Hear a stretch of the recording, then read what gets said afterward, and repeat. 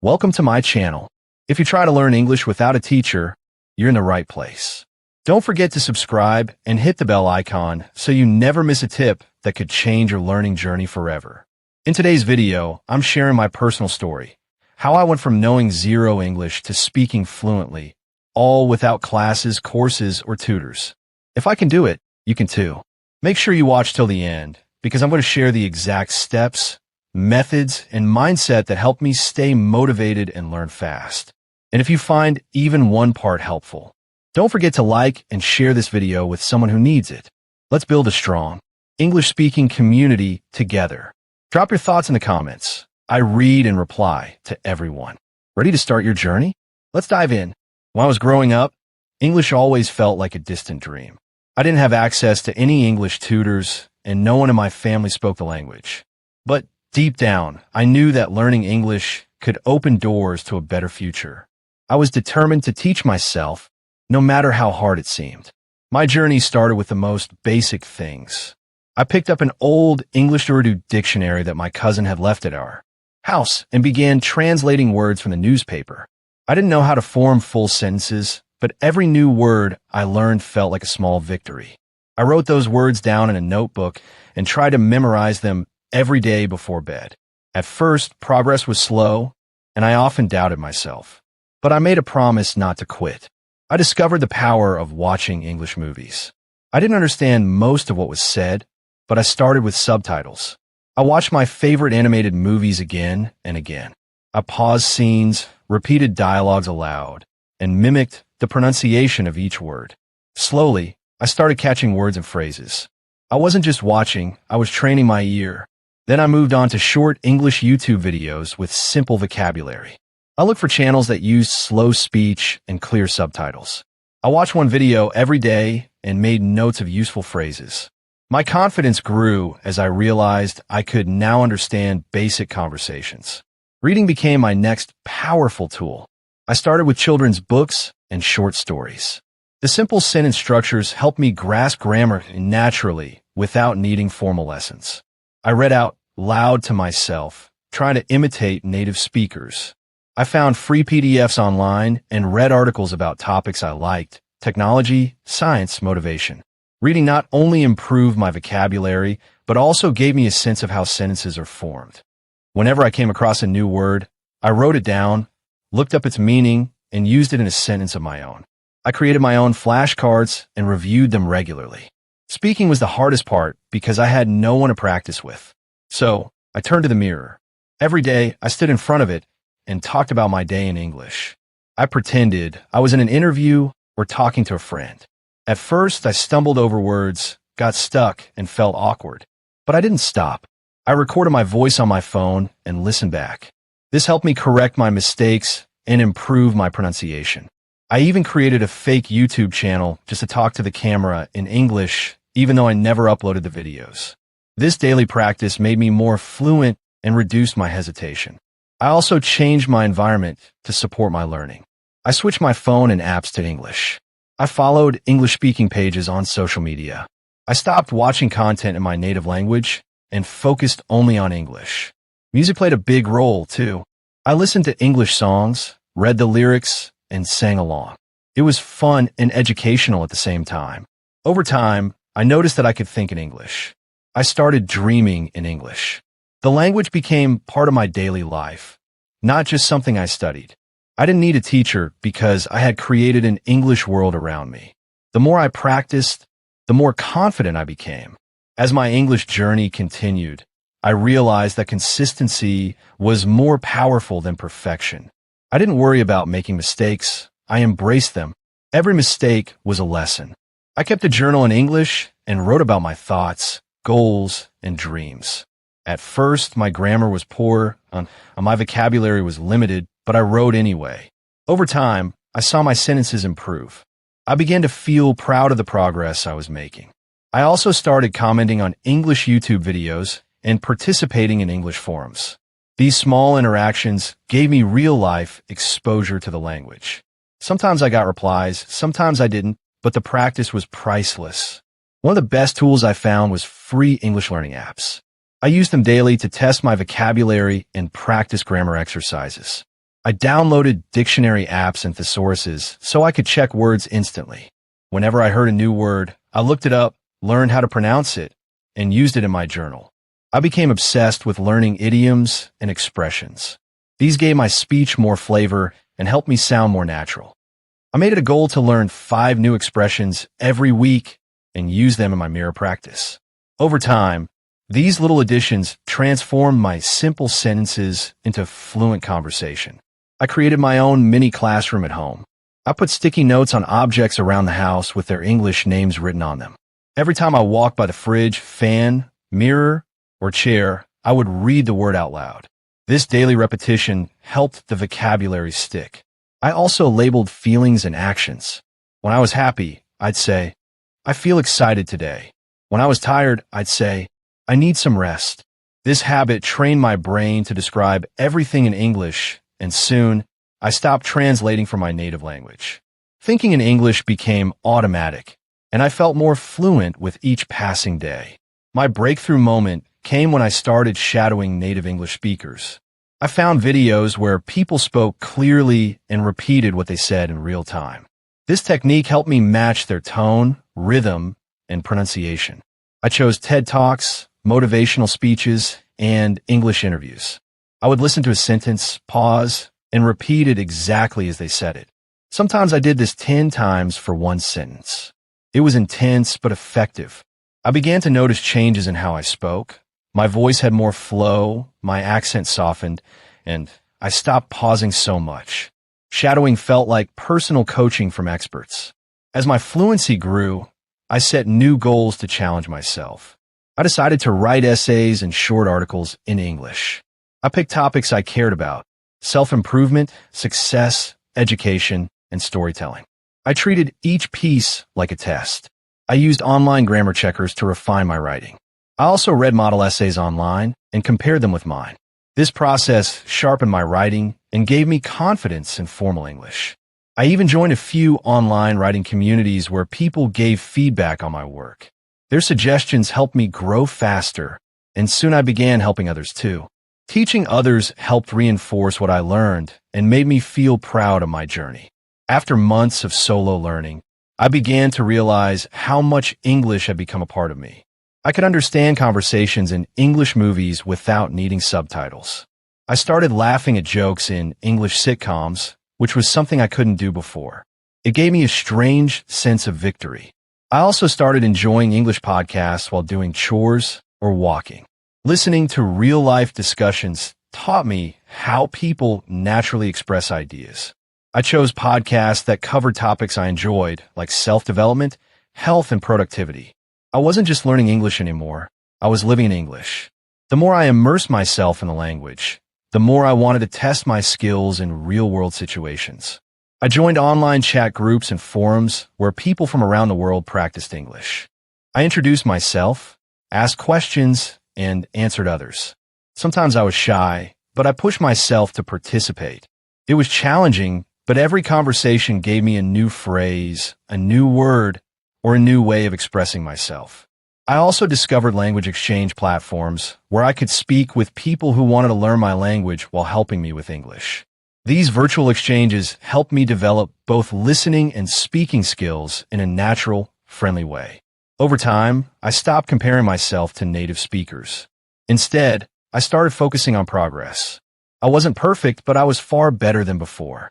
I celebrated small victories, like completing an English book, giving my opinion in an English discussion group, or even helping a beginner learner. These moments boosted my motivation. I learned to trust the process. I understood that fluency wasn't a one-time achievement, but a continuous journey.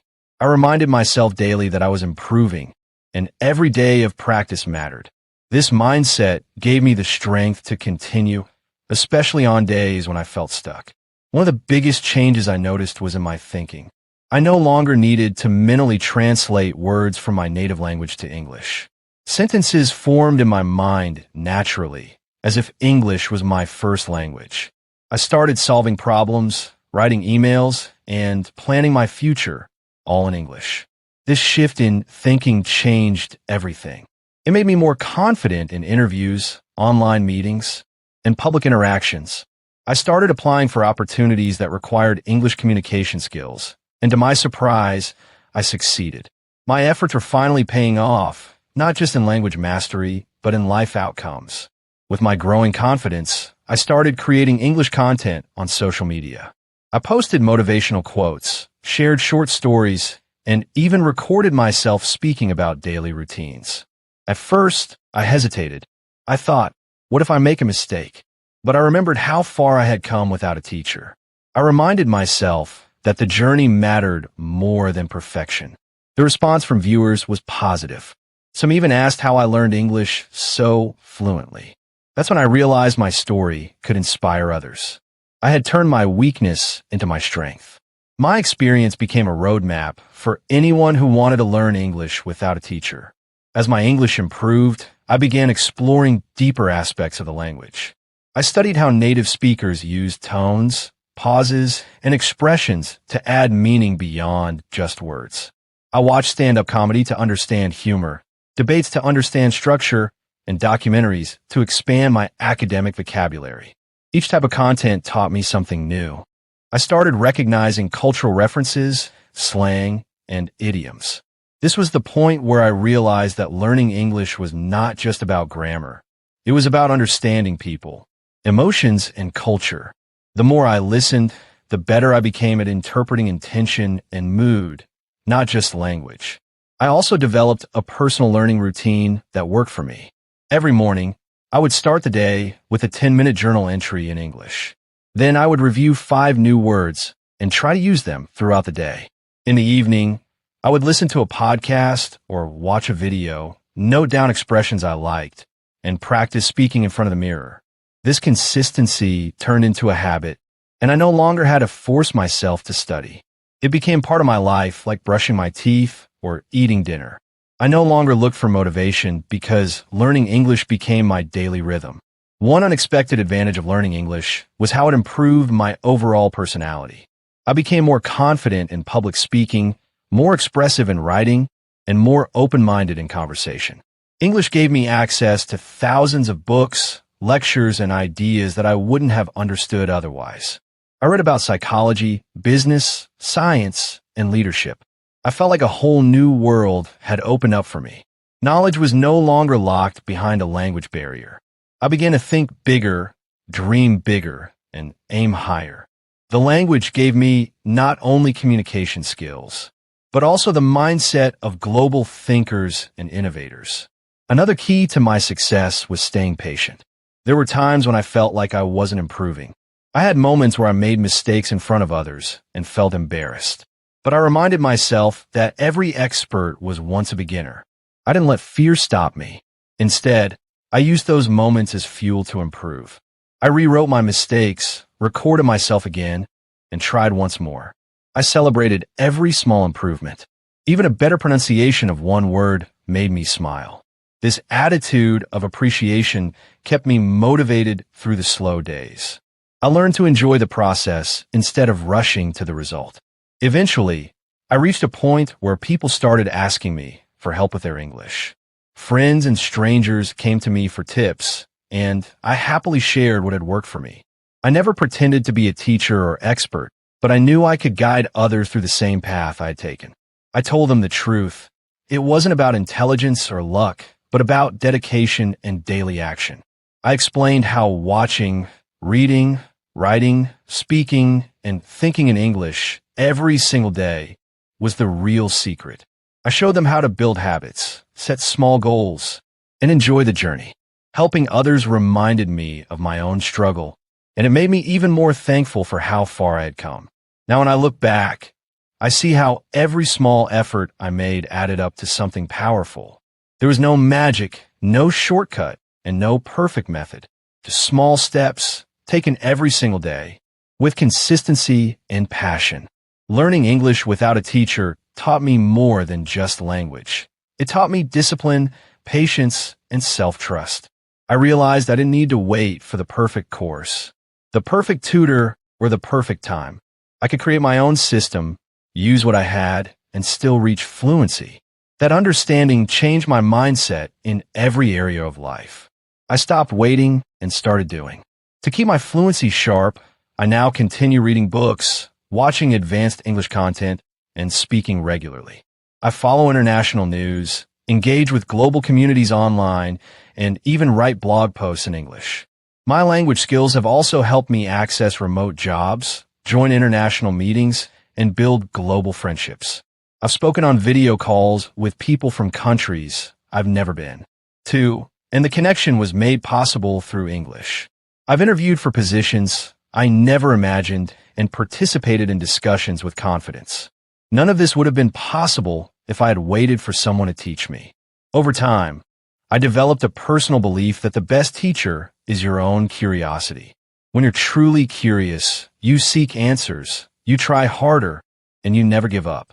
I allowed myself to be curious about every word, every sound, and every idea. I explored English like a child discovering the world. I didn't fear mistakes, I welcomed them. I didn't compare my progress with others. I focused on what I could do today that I couldn't do yesterday. And slowly, day by day, I built a foundation that no one could take from me. That's the real power of self-learning. It builds you from the inside out. Many people still ask me how I stayed motivated for so long without a teacher. The truth is, motivation isn't something I had every day. What I had was purpose. I knew that English would open doors for me. Better jobs, more opportunities, more knowledge. That belief kept me going when I felt tired or stuck. I used vision boards, wrote my goals, and reminded myself why I started. I created a positive learning environment and treated mistakes as friends. I stayed away from negativity, both online and offline. I protected my mindset because I knew that if I gave up, all the progress would be wasted. Learning English without a teacher changed my life forever. I went from someone who couldn't speak a full sentence to someone who can share their story with the world. And I believe anyone can do the same. You don't need perfect grammar, expensive courses, or foreign friends. You just need belief, consistency, and a desire to grow.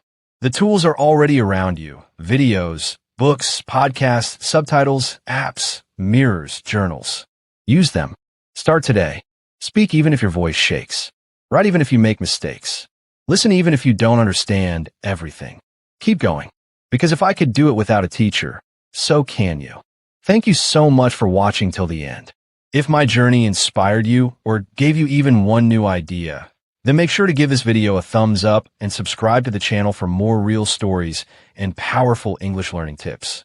Remember, fluency isn't about perfection. It's about daily practice, belief, and never giving up. You don't need a classroom or a teacher, just your determination and the right habits. Comment below and let me know which part of this video helped you most, or share your own English learning story. I'd love to hear it. Your journey starts today, so take that first step now.